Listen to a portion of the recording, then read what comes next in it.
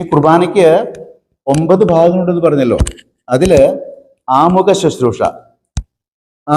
ശുശ്രൂഷ എന്ന് പറയുമ്പോൾ അതൊരു പാക്കേജാണ്. കർത്താവിൻ്റെ ജനനം മുതൽ ഉത്ഥാനം വരെയുള്ള ഒരു പാക്കേജാണ്.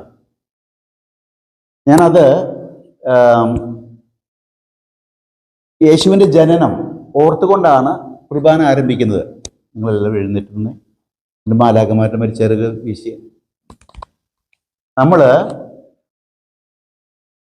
അത്യുന്നതമാം സ്വർലോകത്തിൽ അപ്പോൾ ഈശോയുടെ ജനനമാണ് ഓർക്കുക. മാലാഖമാരോട് ചേർന്ന് ബേഥലേഹത്തെ കാലിത്തൊഴുത്തിൽ മാലാഖമാരോട് ചേർന്നുകൊണ്ട് നമ്മൾ യേശുവിൻ്റെ ജനനം ഓർക്കുകയാണ്.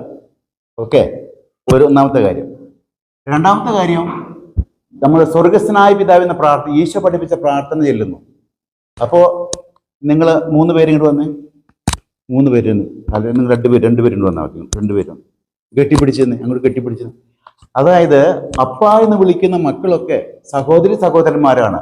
ഹൈന്ദവരും മുസ്ലിംസും ക്രിസ്ത്യൻസും നമ്മളെല്ലാവരും ദൈവത്തിന്റെ മക്കളാണെങ്കിൽ സഹോദരങ്ങളെന്നുള്ള ചിന്ത ഉൾക്കൊണ്ടിട്ടാണ് ഇവിടെ നമ്മൾ അപ്പ എന്ന് വിളിച്ച് അപേക്ഷിക്കുന്ന എല്ലാവരും. ഓക്കെ, അത് കഴിഞ്ഞ് സങ്കീർത്തനം ആലപിക്കുന്നു. നീങ്ങിട്ട് വന്നേ. ദാവീദ് ആടുകളെ പുൽത്തകടിയിൽ മേയിക്കാൻ വിട്ടിട്ട് വയലിൻ വായിക്കുമ്പോണോ സങ്കീർത്തനങ്ങൾ ആലപിക്കുന്നു. അവർ ചെയ്യുന്നത് ദൈവത്തിന്റെ പരിപാലനം ഓർക്കാണ്. ദാവീദിന്റെ ജീവിതത്തിൽ ദൈവം നൽകിയിട്ടുള്ള പരിപാലനം ഓർക്കുന്ന സമയമാണ്. ഈ സങ്കീർത്തനം ആലപിക്കുമ്പോൾ നമ്മൾ ഓരോരുത്തരും നമ്മുടെ ജീവിതത്തിൽ ദൈവം നൽകിയിട്ടുള്ള പരിപാലനം ഓർത്തുകൊണ്ട് വേണം ആ സമയത്ത് പള്ളിയിലായിരിക്കാനായിട്ട്. സങ്കീർത്തനം കഴിഞ്ഞാൽ പിന്നെ അവിടെ ഈ ആമുഖ ശുശ്രൂഷയിൽ വരുന്ന കാര്യമാണ്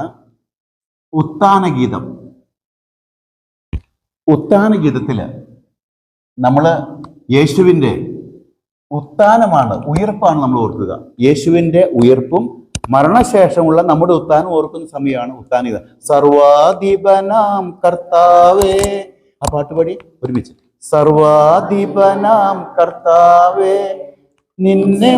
അപ്പൊ ഈ പാട്ട് പാടുമ്പോൾ യേശുവിൻ്റെ ഉത്ഥാനവും മരണശേഷമുള്ള നമ്മുടെ ഉയർപ്പുമാണ് നമ്മൾ ഓർക്കുക. അപ്പൊ യേശുവിൻ്റെ ജനനം മുതൽ ഉത്ഥാനം വരെയുള്ള ഒരു പാക്കേജാണ് ആമുഖ ശുശ്രൂഷ.